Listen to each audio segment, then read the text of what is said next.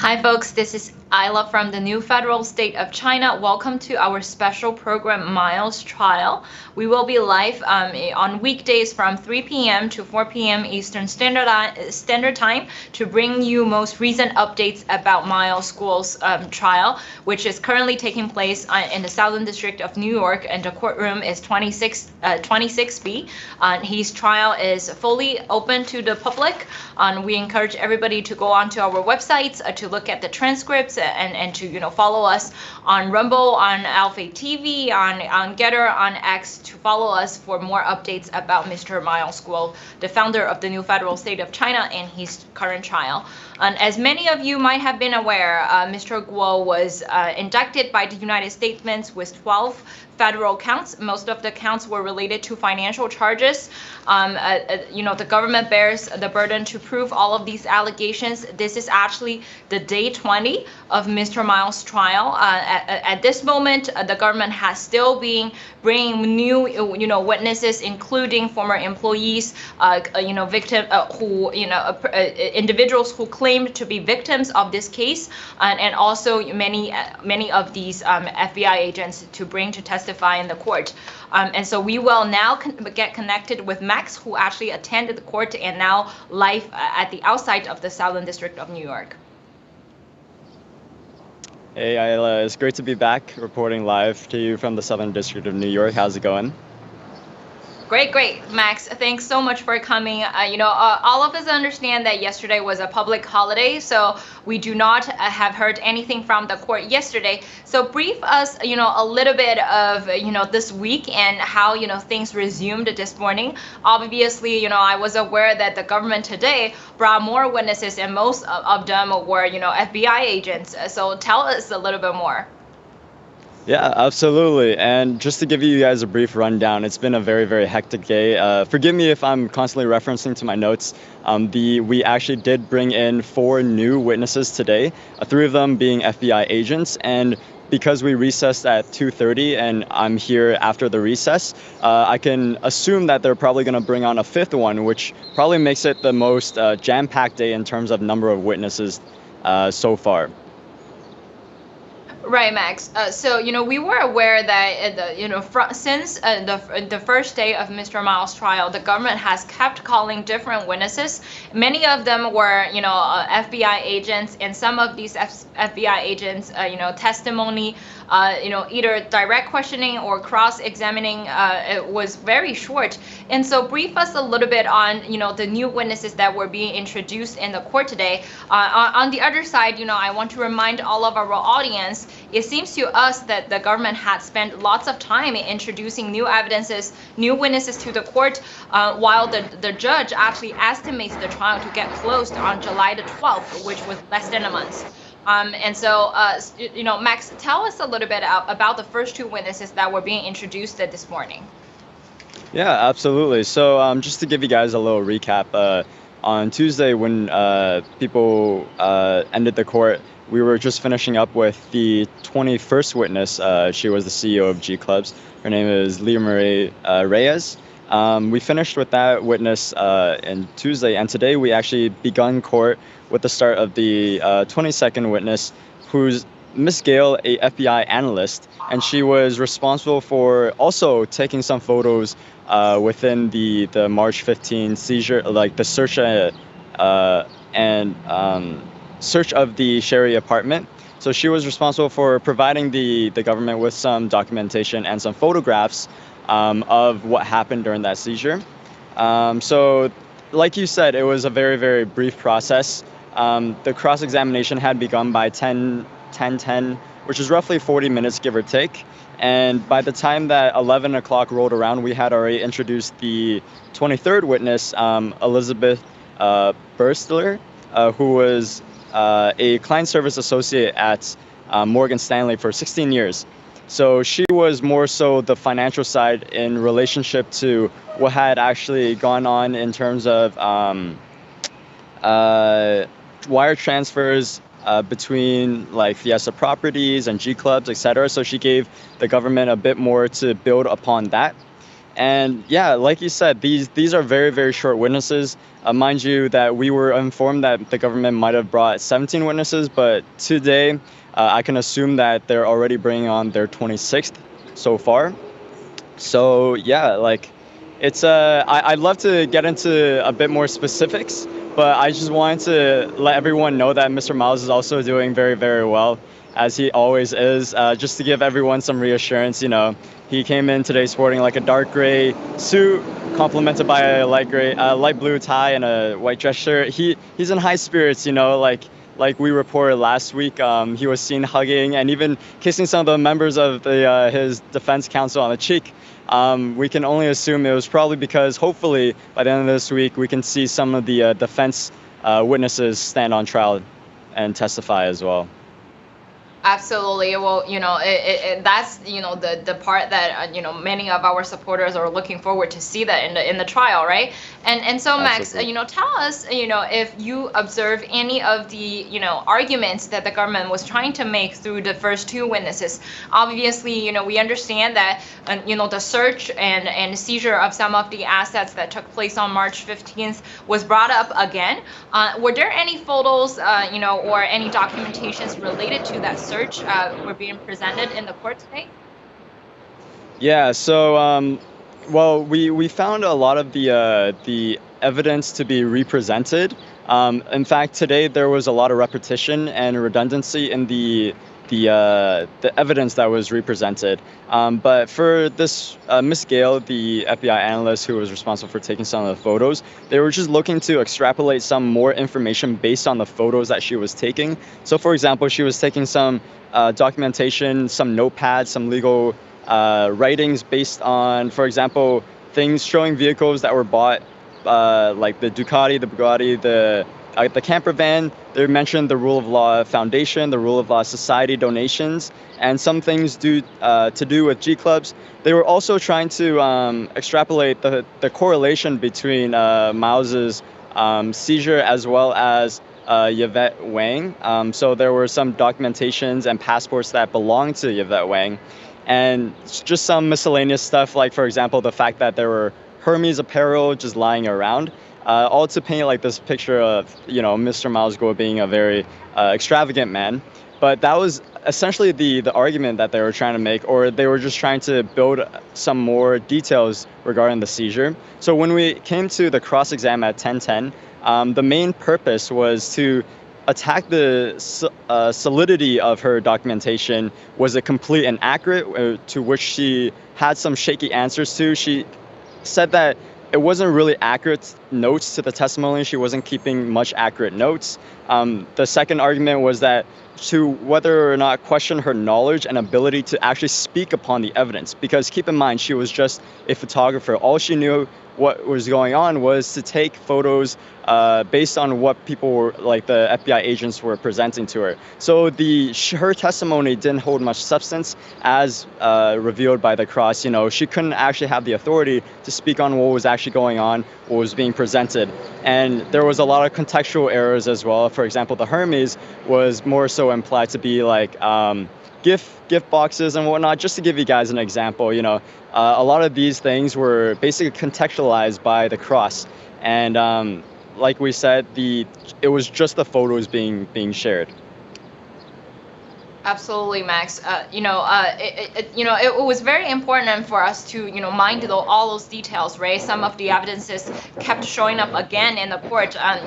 We've observed that, some of the music videos were played again in the court, earlier on as well. And so, this is important, how government has been organizing their witnesses and their testimony and all of the evidences to be presented in the court. And I think that tells you different paces of, whether the government has done, the best homework that they can do, and how the defense actually cut the chase, to defend for Miles through its solidity of the testimony. And I think that marks everybody. And so, brief us a little bit more on the interaction that you observe, from Miles, his defendant team, and any of these reactions from the jurors. We understand that, this is a lengthy trial, marks almost 7 weeks. I would believe, some of the jurors now get into more knowledge about Miles and about the background of this case now.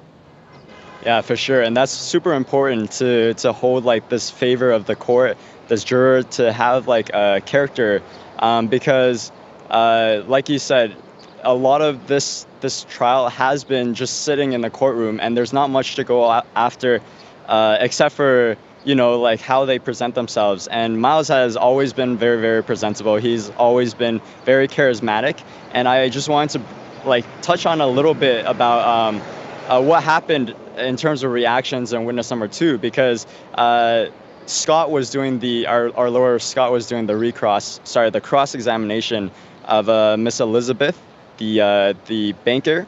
And there was a moment in time when he was about to ask a question and then he withdrew. And then the government objected and he said, "Oh, are you objecting to my withdrawal?" And to the point where everyone in the court was laughing. Even the judge, you can hear her laughing like crazy. The jurors are laughing. And it just goes to show like the elevation that our defense counsel has presented to constantly be in favor of the court, to constantly show in good faith.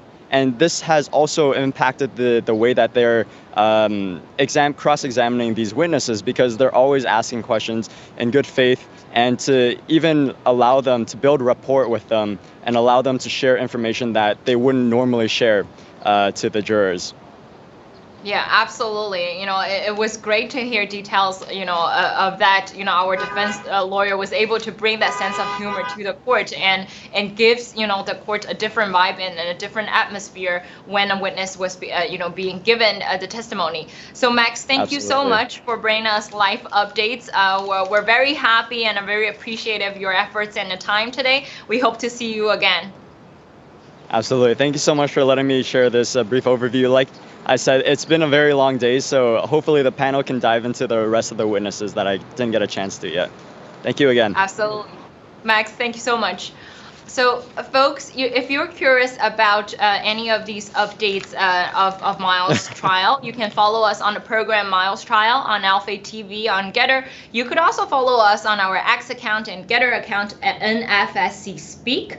If you follow our handle, you will be able to receive timely updates about Mr. Guo's trial updates, and as well as any other exclusive intelligence that the new federal state of China may bring you on a frequent basis. So follow us on NFSC Speak. All of the court documents, including transcripts, will be public on our website, nfscofficial.com. So now let's welcome Ava and Kevin to the studio to join our panel discussion so that we can dive into more details about the witnesses and the government's argument today. Hi, hello. Hi, everyone. Hi, Kevin. Hi, Eva. Hi, Eva. Thanks for having me again. Absolutely. So, Eva, brief us a little bit, right? Because Max did give us, some of the logistics about the court today. We knew that 3 FBI agents came to the court, and then one lady from Morgan Stanley came to testify about some of the entities that were mentioned. And so let's jump into, the arguments that you observe from, the first FBI agent who actually managed the search and helped at taking the photographs. For sure. So yeah, I would agree with Max that today is a very hectic day. Although there's a lot of the pace of change is fast, as a little bit, up to 2:30 we already had the 4th witness came to the podium. So in change, every single one of the witnesses probably just being examined combined probably less than 2 hours. So so for the first the search regarding the apartment of the co-conspirator in this case, not Miles Guo himself, but Yvette Wang, I would agree to the assessment. I mean, the government is still relying on the same tactic. Mm-hmm. Basically, because they do not have a direct evidence or something to present, so they're trying to take an advantage of people's bias. So they're presenting an image, and they want to rely on the human being's nature of human being to fill the blanks. Give you an example. They on the photos they show Hermes. boxes and boxes of Hermes and scarves. They're like a lot. People would, and then the direct prosecutor was asking, are they a luxury brand? And then the witness said, yeah, as far as I know, it's a very luxury brand. And then and they asked her to see whether these are the receipts or the tags. So, but anyway, what was in the context, there is a card, there's a holiday card lying on the picture, and it came across that all of those boxes are actually might be gifts. And particularly if you recall, like March is just the second month after Chinese New Year, right? And this tie into another photo where they showed a bunch of money, like a notes, like a denominating 20s, 50s, and 100s, and also the Chinese currencies, and in red envelope, right? So we know what red envelope stands for, especially in that special holidays of Chinese Spring Festival, right? It's a gift to usually people giving staffs, relatives, or younger kids at the family, right? So, but they don't dive into the context. They just show the picture and let basically the jury fill the blanks. So I'm very thankful that our cross counsel, which was Sabrina, and she basically spotted on, and she examined the details of the picture, including the scarf, including the card, including the ribbon, and showing that these boxes, a majority of them are actually unopened. These are ribboned and ready to give as a gift. It's not for personal luxury consumption, as the prosecutor team wanted to present and leave the impression for the jury. But the other things, it's very interesting. There is a notepad, so notepad like regular notepad, and there's 3 of them stacked together, slightly twisted, so we can see only portion of the notes written on the first at the bottom, on the first notepad and second, but we can see the full page of the top notepad. And on the top notepad, Sabrina picked the details because there is a box. There's particularly emphasized, there's a box circled, and inside the box, a lot of the inked content on that notes was redacted. Okay, so we don't see what was it, what is it, what is written on it. But the information showing, it's on the top. It says civil rights, and then SEC, and then CCP, and a check. And that's what it's shown. And then Sabrina asked the witness, do you know what does this mean? And she has no clue. As Max has already shared, she cannot speak to what's on those photos, like items, and because she only had a really limited knowledge. And she was the photographer that was asked by the special agent inside room for taking the photos. Yeah. Right, so to my understanding, many of these FBI agents, they were only doing part of their job, meaning that none of these FBI agents who came to the court actually told the juror a full story of how that search happened and why the photograph was taken over there. It seems to me that, any of these FBI agents were only do part of their, a part of the search mission, right? They take photos, or they issue the search warrant, or they communicate with the defendant.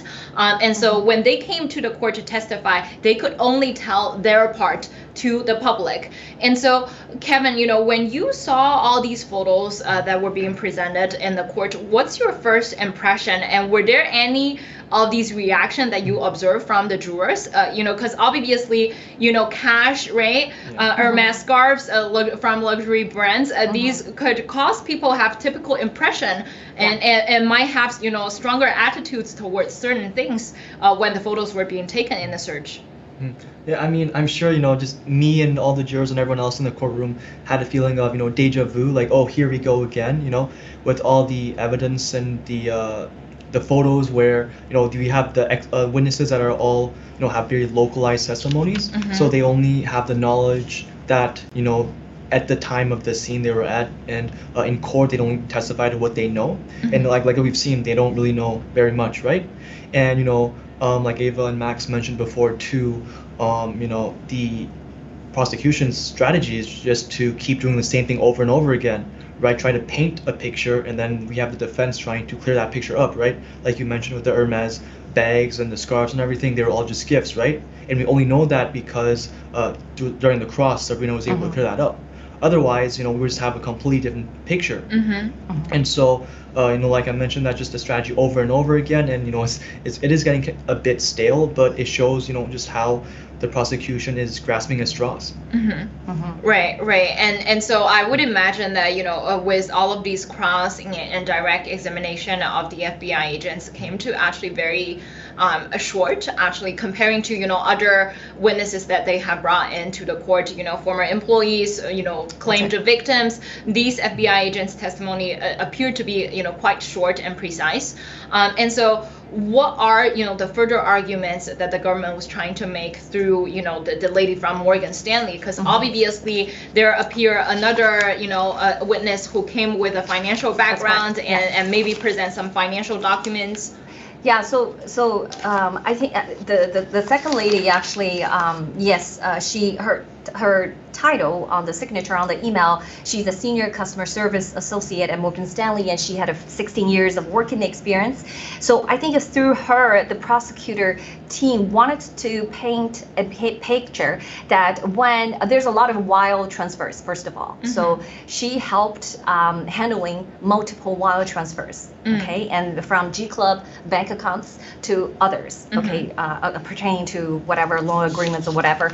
But one of the things particularly jumps out for me in her testimony is the prosecutor team basically zoomed in one particular transfer, and that transfer actually it shouldn't be one. It's actually 3 transfers, but for one purpose. Okay. So and it was flagged by the Morgan Stanley compliance department. So the compliance department sent an email to this lady.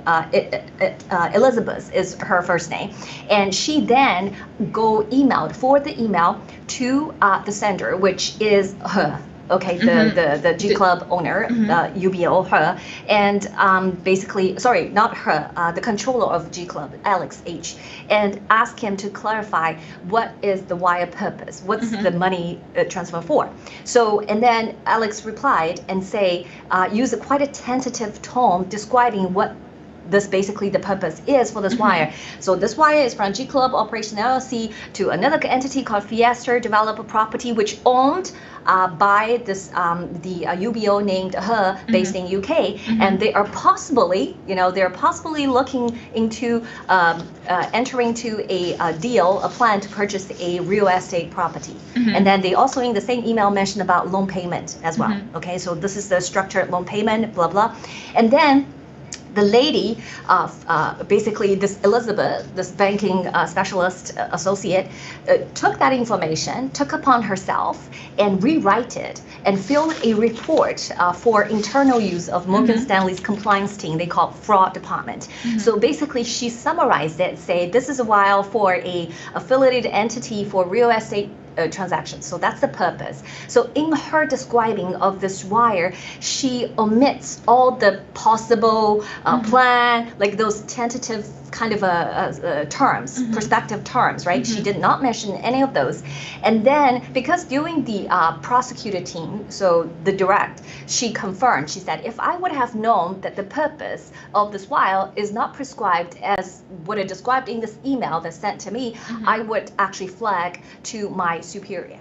Okay, and whether that action would trigger the Morgan Stanley completely stop the wire, we don't know, right? Because there's other steps to take. But that's what she said in the direct. So when it comes to cross, our defense is very effective, very efficient, established, and ask her to read the original email and ask her, does this statement sounds tentative, and does possible sounds like this the plan might change, and does the plan to purchase sounds like a perspective? And she agreed to any of those questions. So she said yes, yes. And then it comes to on her own summarize of the statement, and she did admit that she omits those details. And she was in a position to ask for more information. If she is not satisfied, she was not satisfied at the time, but it was asked her, did you ask for more information? Did you ask for to see the loan agreement that they say there is a replay? No. Was Morgan Stanley in the position? Was Morgan Stanley able to ask? She said, yeah, they were, but they didn't.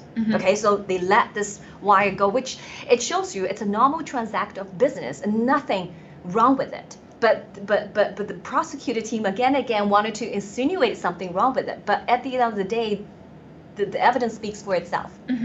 I think one of the basics is if we look at all of the wire transfers or the financial statements that they want to pull up, right? None of these accounts were actually under Mr. Guo's name. Yeah. None of these accounts were actually under any of these defendants' name. Correct. And with all of the entities that were mentioned, there were CFOs, there were financial persons who managed to open accounts for the business. There were actual ultimate beneficial owners of the entities, which were not, any of these defendants, and so when names were mentioned, it always come to the basics, right? Mr. Miles Guo never wired any of these amount to any other the entities that were mentioned.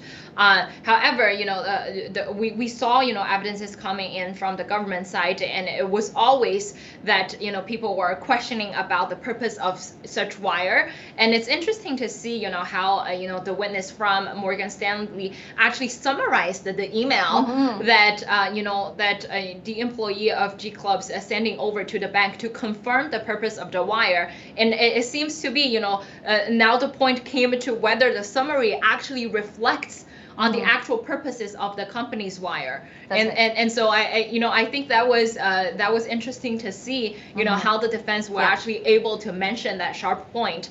And so Kevin, I understand that Elizabeth, the witness who appeared in the court today, was not the only one who came to testify from a banking, background. And so when you observe all of these all of these witnesses who actually came from a banking background, were there similarities that you observe from all of these witnesses that was brought by the government? Well, I believe that the first witness we had from a banking background was Haitham Khalid. And then the next ones were, I believe, Sam Roberts. And Jamie Wilson. Jamie Wilson, as well as the Mercantile CEO, Bo Collins. And those were more definitely more involved within this case, because some of them actually met, talked to the defendants as well as with some of the employees at G Clubs or all the other entities. But I believe that especially this witness, Elizabeth, she was definitely more localized in terms of her knowledge, and so she could only testify to what she knew. Like we mentioned before, the same strategy in the prosecution's playbook, and it just same, right? Prosecution tries to paint a picture for the jurors. The jurors sees it for what it is, and then it's the defense's turn to clear it up, right? And so it's something that I'm sure the jurors are aware of now, and you can tell by the reaction. It's a pattern. Yeah, it's a pattern. You can tell by the reactions. When the defense does their cross, the jurors are very attentive. They sit up properly. They take notes. They listen in. And when you compare it to the prosecution's direct questioning, the jurors are very they're sort of like scratching their heads. They're like doing this sort of, right? And so we can see their reactions on what they're thinking. And the jurors are, I believe, fed up with the prosecution. I wanted to add one thing. I think this is a common. I'm going to share with what Elizabeth shared at the second testimony of the second witnesses, because there is another wire. This wire was wired out based on the request of Alex H, with the controller of the G Club operation, in July, at the end of the July 29th, 2021. But unfortunately, Morgan Stanley failed sending it to the designated receiver, and it got returned. So it was returned, but Alex was inquiring why the money has not coming back, because it's returned, right? So Alex H, the G Club employee, written a email to the lady. So, and the answer that the Morgan Stanley gave is something like this. I'm just summarizing. It's not direct quote or anything. It's basically just said the account is locked. Okay, and this account right now is being basically designated only receiving and non-third-party incoming wire. That means this bank account in Morgan Stanley of the G Club operation can only receive money from another G Club entity. They have to be in the same name. Okay, even though Morgan Stanley failed to send the wire in the first place to third party, but when they return the same wire, the same route, they say no. So something happened in the week of July 29th to August the 5th. And during the cross, it came across, this question clicked for everybody, because our counsel, Scott, asked, do you know how bank reacts to a subpoena? Mm. Here we go. So now the subpoena, the words jumps out almost a lot of witnesses. We know now all the difficulties, whether it's a Princeton bank, whether it's Mercantile Bank, whether it's the BitGo, okay, the party that evaluating us after receiving subpoena and then terminated the relationship with Himalaya Exchange after the government is basically, after MILESGUO's arrest, right? And so did yesterday the former CEO of the G Club said she resigned in March right after MILESGUO was arrested. And G Club bank account was closed after subpoena was received. So all of this, basically there's single one trigger. What is a trigger? Everybody now figure out, right? Just from this question, we know again, it is the United States of government. Right. Well, I want to make it very clear, right? We're not attacking the government. We're not trying to say that, all of these problems. Obviously, the government has its own right to conduct an investigation, to send out subpoenas to any of the related parties that they believe. But the problem is we do see a pattern in our history that when third-party agents, whether it's, collaborating partners with Himalaya Exchange, such as BitGo, or some of the banking institutions that holds accounts of these entities, they receive the same level of pressure when subpoenas were received in these institutions. And it was starting from that point, the account now gets locked, and it's strange that, even a failed wire could not get returned into the same account. It was not even saying that your account is frozen, you cannot receive the wire. It's almost saying that, the wire is now on a third-party intermediary location because of the pressure of a subpoena. I think that was, where the strange point stands. On the other hand, we could actually very easily observe all of these reactions that these banking institutions react with the subpoena. And so, were there any other communications that were being presented in the court? Once the subpoena was received, what other testimony that our defense was able to make the witness elicit in the court today? So there's a few more questions regarding subpoena, but the witness basically said, I don't know and no. So for example, do you know Morgan Stanley received a subpoena? She couldn't confirm because that's above her. So she said, no, I don't know.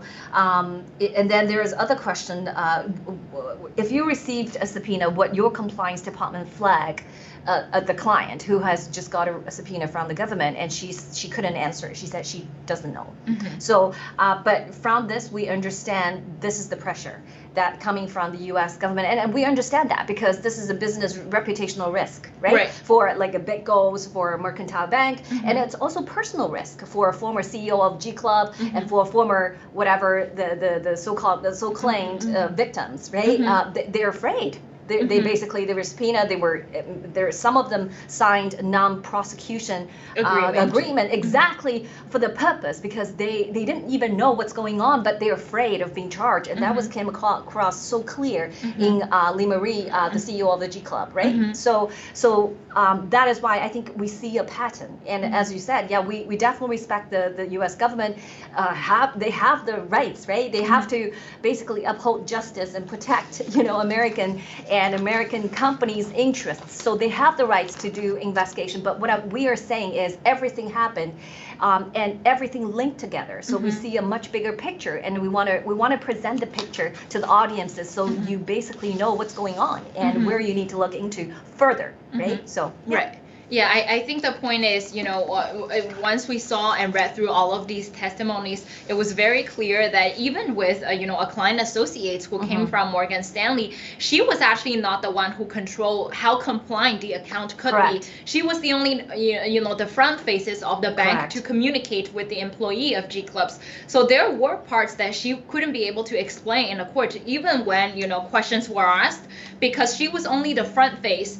And I think, one of the main reasons and the main explanations that our defense team tried to dig in was about how Morgan Stanley actually revealed the compliance level of our account in Morgan Stanley. And these questions were not being able to be, asked by the witness. And it was very clear about her title, her position, and the job description that she had.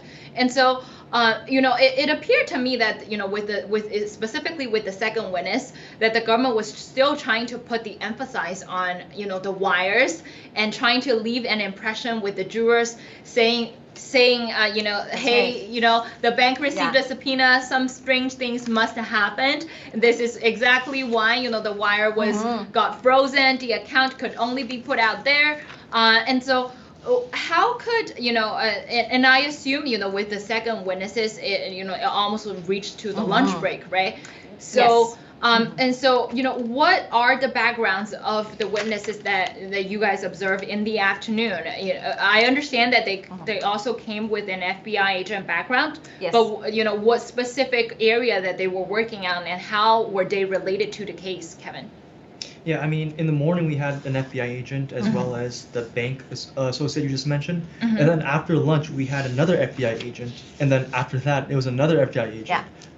And I'm not aware as to what the FBI agent did after lunch, but as far as I know, it's the exact same thing. They're going over photo evidence, right, documents, and he was just testifying to the best of his knowledge. And then after that, the next FBI agent, he was a special agent. He actually just started in March of this year, 2024. Wow. So he's completely new to the job. Yeah. Probably still on job training. Yeah. And so he was in the department, I believe, OS4. Yeah. And it's basically conducts background investigation. Yes. And so as usual, he's just testifying to photos and and documents and what he knew at the time of the scene. And so there was no actual substance or actual important testimony. It's just very surface level, very high level testimony. Right. Well, it surprised me, when they asked for a very new joined FBI special agent to testify in the court, because obviously even with some agents who actually participated in the search, right? Because it happened a year ago, and I'm pretty sure that lots of their testimony could only rely on the notes and the internal records that they have. And so, Ava, do you want to give us more details about the third witnesses? Yeah, I agree with Kevin's assessment, although there's not a lot of circumstances, but in a way, from a different angle, it tells a huge story. And I want to let the audience be aware of it. So let's first talk about the first witness in the afternoon. And so before we finish the second witnesses, there is actually a recross. So I just want to mention our lawyer asked the banker, the customer service associate from Morgan Stanley, one more question.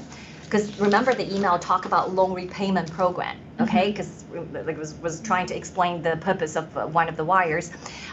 So our lawyer said, do you know the loan has a 10-year term repayment program? The answer is no. Okay, that's finished. The reason why I want to mention this is because in the third witnesses, which is from FBI, and she actually also speaks to this facility agreement, which showed us what is the amortization schedule about loan payment, which is perfect, and I will share with you in detail. So this witness is named Jocelyn, first name Reyes, and she has been working for FBI for 2 years and 4 months. And she is in a position of forensic accountant. So basically, she does a lot of accounting review, accounting audits, and do some forensic analysis and reporting. So what she came across information, she was approached by the prosecutor team just a week prior.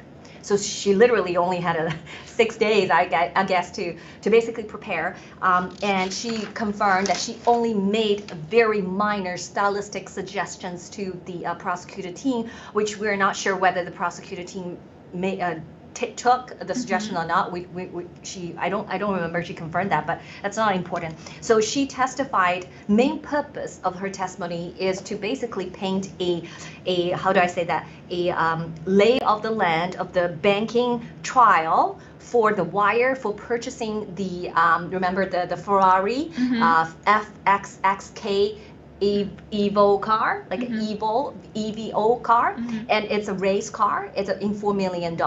So basically, she was asked to follow the prosecutor team, prosecutor Murray's lead, and she basically answered the question of Murray's and basically paint all the audit trail they built on this PPT. Basically, it shows that the money was first wired from G Club operation, a Morgan Stanley bank account, and then to another UK receiver beneficiary, which is Fiesta Developed, which I just mentioned about the wire that conducted by the Morgan Stanley lady. And then they showed that from Fiesta Property Development, they moved out money to purchase the Ferrari at Beverly Hills. The car dealership is Passion Rosa LLC. So they kind of established the trail for the purchase. So that's basically what she has done. But she does not know for finishing her testimony, and she was asked, you know, how many discussion you had with the prosecutor team, and she said was 3 to 4 times, and she doesn't know anything other than what was given to her, because she was only given the bank accounts that was shown on the documents that was used today. So she didn't basically testify for the contextual knowledge of what's going on. She doesn't know any of the company. She has no clue what's G Club or what's the dealership. So that's basically her testimony was really quick. So the direct is only less than 40 minutes, I think. Wow. 30-40 minutes, and then we moved to cross. So when cross taken over, we kind of are going to a little bit detail. Basically showed none of this payment related to MILESGUO. Okay, so this is basically coming to do with her, and Milestone's name was mentioned because Milestone was in communication with a Ferrari. I think it was Italy. Remember that from the previous testimony from the California Beverly Hill car dealership, he was talking about that the order of the Ferrari was coming from the Italian, the headquarters. So Milestone was communicating with the headquarters and expressed interest in looking for a specific model of the car. And then one of the email that basically later on was showed was actually they find this model. But in this testimony, in this witness testimony, in the witness number 3, our cross brought up the facility agreement, okay, which is the loan agreement that the Morgan Stanley, the previous witness, was helping wire the money 3 times in 3 portions. So, and remember the email that Alex sent it to her explaining this is a loan agreement. There is attached, loan repayment proposals. So what in the cross was showing is exactly the amortization table of payment of that loan. Okay, so they confirmed, asked this lady to confirm, do you understand what is amortization? Yes. She said actually no. And then does this reflect payment of the loan? And she said yes. Okay, and then she was asking some of the information on this schedule. For example, origination date. So origination date is January 1st, 2021.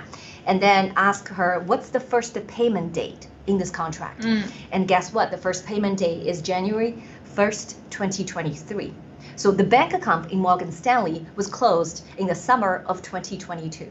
Shortly after the return, I guess not much time left, they closed the G Club account in Morgan Stanley. So this lady would have no way of knowing whether the payment was paid back, because the first payment is basically prescribed here is January 1st, 2023. Okay, so and then it also mentioned about the initial period. There's a number which is reflecting 10 years, and she did confirm. The witness said, yeah, it is 10 years loan payment. So this cleared out the previous question left. And also, when she was asked about, do you know who is the owner of the G Club? Do you know who is the owner of Fiesta? She has no clue, right? She only examined the bank accounts and the agreement that the prosecutor team provided to her. And then when it comes to Ferrari purchase, so our cross brought up a bill of sale, I think, and also a wire transfer from the bank account in Fiesta Property Development in Metro Bank. So basically, she asked, because the Ferrari was selling this car to an entity. It's called Still We Rise Incorporated. So, do you know what Stu We Arise? She said, no, I have no clue. I have no idea. Do you know G Club is a subsidiary of Stu We Arise? No, I don't know. So basically through the Cross, we know that they are related entities. They are subsidiaries. And then Cross asked, do you know all the transfers are happening in the same family kind of a corporation? And she said, I don't know. Okay, so none of this she's aware of. So it tells you that a lot of those transfers are within the subsidiaries of parent company, and the owner decides what to go, where to go, and because the owner, the G Club, the owner is Miss To Her, right? And she owns the G Club operation, which is a membership payment company based in Puerto Rico, and he also the ultimate beneficiary owner of the international G Club International Limited BVI, right? So all of those information, this person has no clue. Okay, so then it did come across very clear that let me see, this is a highlight of this. Oh, there's another one, because she doing the direct, this third witness testified a transfer of 500,000, which is a deposit for Ferrari, and this was from the Wells Fargo bank account of the Fiesta Development Property and to the Beverly Hills, the car dealership. However, she did not actually see the bank bank statements. Okay, but she only confirmed, she said, I saw something in an email that describing the transfer of this happened, but she did not actually given the bank statements of Wells Fargo. So then when the Cross asked her, do you know, prior to this transfer is wide out from where Wells Fargo, what are the money coming in? Do you know that? She said, I have no clue. So she's the defense has shown that this witness has very, very limited, you know, kind of a knowledge, segmented knowledge of what's actually being shown here. So that's pretty much on the second witness. So the last witness speaks to, I think the last witness really shows a huge picture, because as Kevin mentioned, his name is Jacob, and he's new in FBI, and he is specialized in FBI OS4 unit background investigation. So what he did is he reviewed a lot of email exchanges, photographers, charts that prepared by the prosecutors, and which he testified today. And the charts is basically emails, a sender and subjects and main body and pictures or attachments of the emails. So they're going through the documents as the prosecutor team, as the prosecutor pointed out for him. So one of the things it's very strike me, okay, because in one of the previous witness today, the first one, the first witness, FBI, the photographer, she actually was taken a photo, and then I'm jumping a little bit, sorry, but in order to give you a full picture of what I'm trying to say. So the first witness, the lawyer asked her to read the heading of one of the photos. It is actually all the companies. Okay, so it's GTV, G Club, FMV, I can't get her, like all the companies, tons of them. And then, so I'm jumping back. So she read it, but she doesn't know any of those things. But now I'm coming is this FBI agent, the fourth witnesses, he basically sent subpoena to Google. Okay, so he obtained all email address, I think, for Milesum.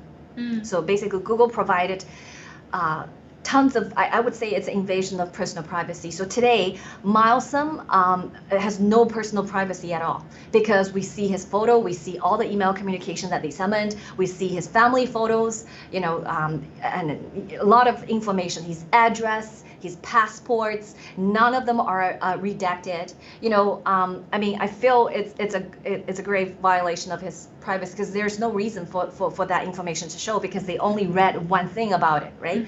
But his personal residential address in UK and every basically address, even the address in Connecticut where MILESGUO and his wife and daughter, where they live, and the address is fully showed. But what I wanted to say is, if they have gone through so much into weeds to try to find some dirt, okay, and a family funds that has more than like 100 family members and have billions basically assets, right, around the world, and with so many companies, and this is all you can find. I'm surprised. You can't find dirt basically. This Miles and Guo, Miles' son is so clean. The only email they can find from the Google was a Dyson insurance email, and which showed a address of Connecticut, where Miles lives and his wife live,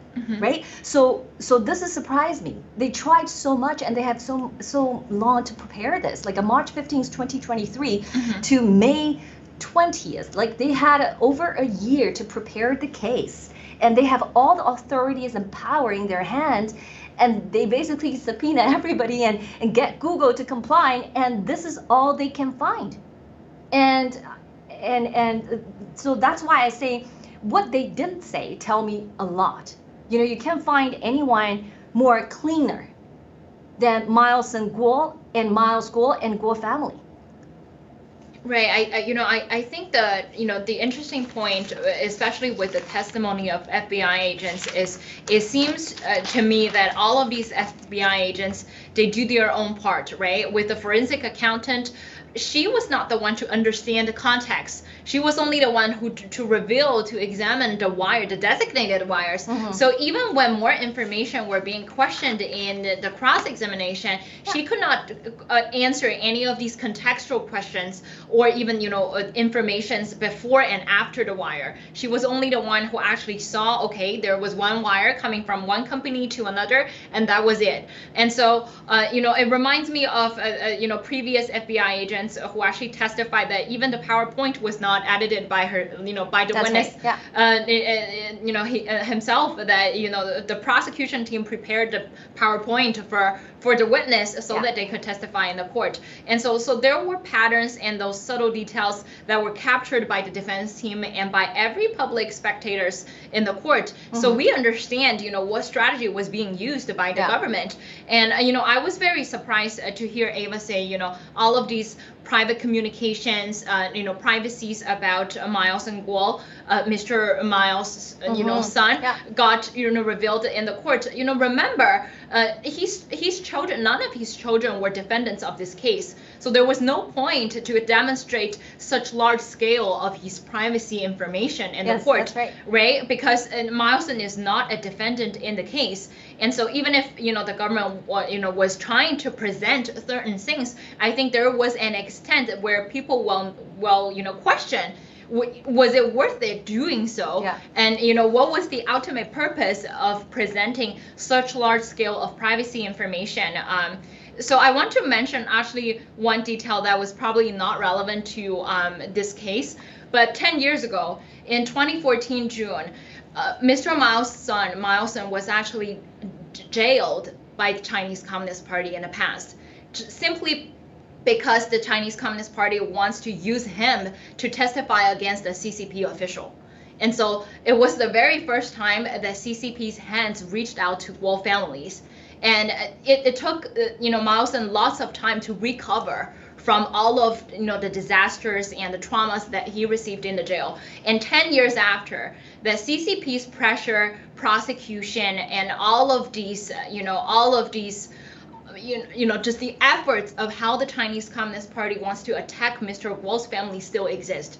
And this marked how strong, all of Mr. Guo's families are. They're still fighting for the cause. They're supporting their father, Mr. Miles Guo, and millions of Chinese people now join the cause.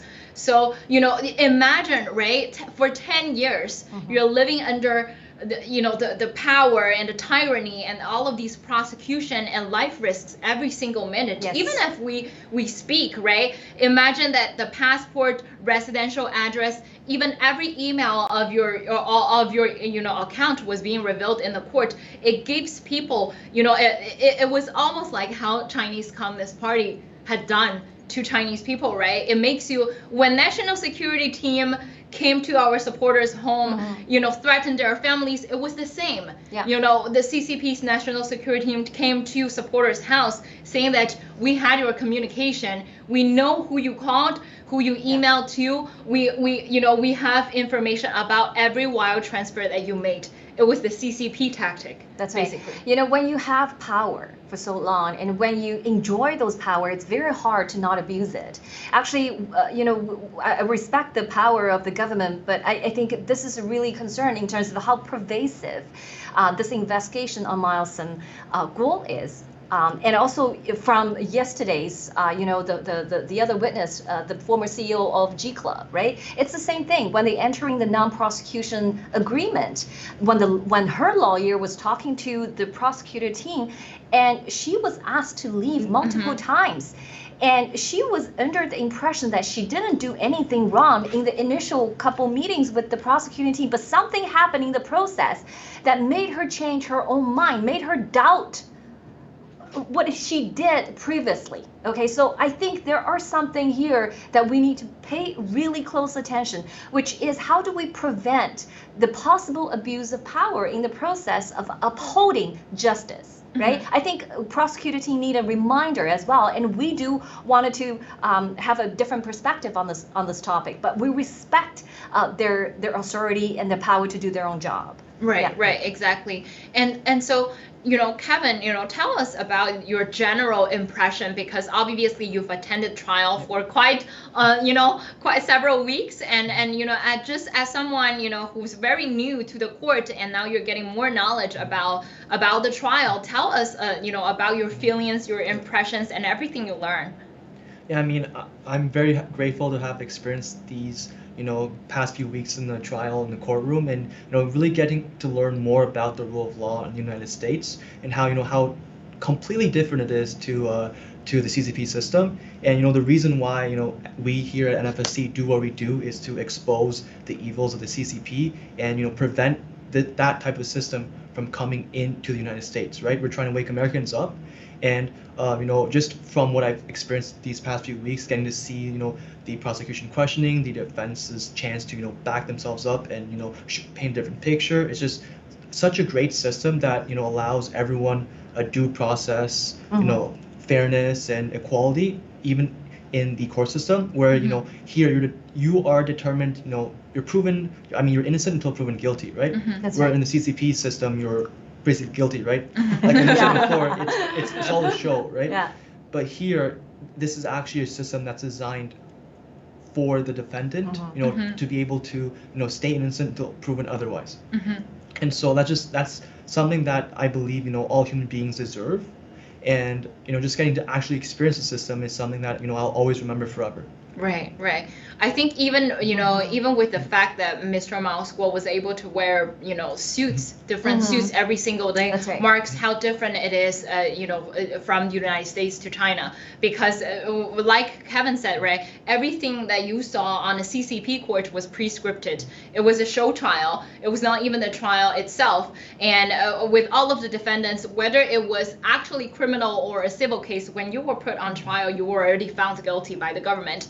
The prosecutor is the judge, and right in China, in CCP court, the prosecutor is the judge and the judge is the juror. So no one else would be able to determine your destiny once you were put by the Chinese Communist government on that spot. So I think this is primarily why it's very important, and I do appreciate every and one of our supporters who actually attend the trial and bring us the information, because it was the very first time for Chinese people at such large scale to learn through and to experience, physically experience the United States justice system. It is part of our journey to bring democracy, freedom, and rule of law back to China.